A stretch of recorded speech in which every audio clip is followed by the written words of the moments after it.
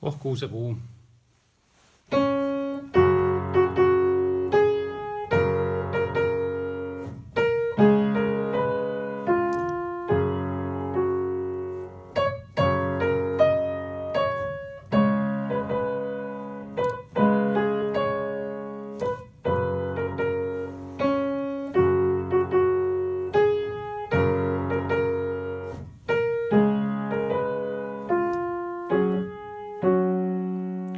See oli see kõige lihtsam variant, et vasakus käes, nagu näed, on ainult 2 erinevat saateakordi ja need pole isegi päris akordid, et siit on üks heli alati ära jäetud.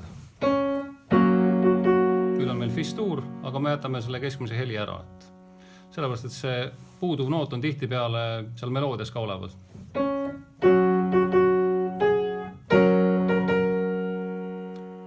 Ja siis tuleb see teine akord, mis on siis cis ja gis. Tegelikult on tegemist siin cis-tuuriga, millest me jällegi jätame ühe noodi ära. Et see keskmine noot on siin nagu F või siis E kõrgendatud, aga see on paremas käes. Ja edasi, kui seda lugu tahta näiteks 2 korda mängida, siis teisel korral võib mängida seda saadet natukene teistmoodi. Et mängid need akordi helid siin mitte koos, vaid laiali.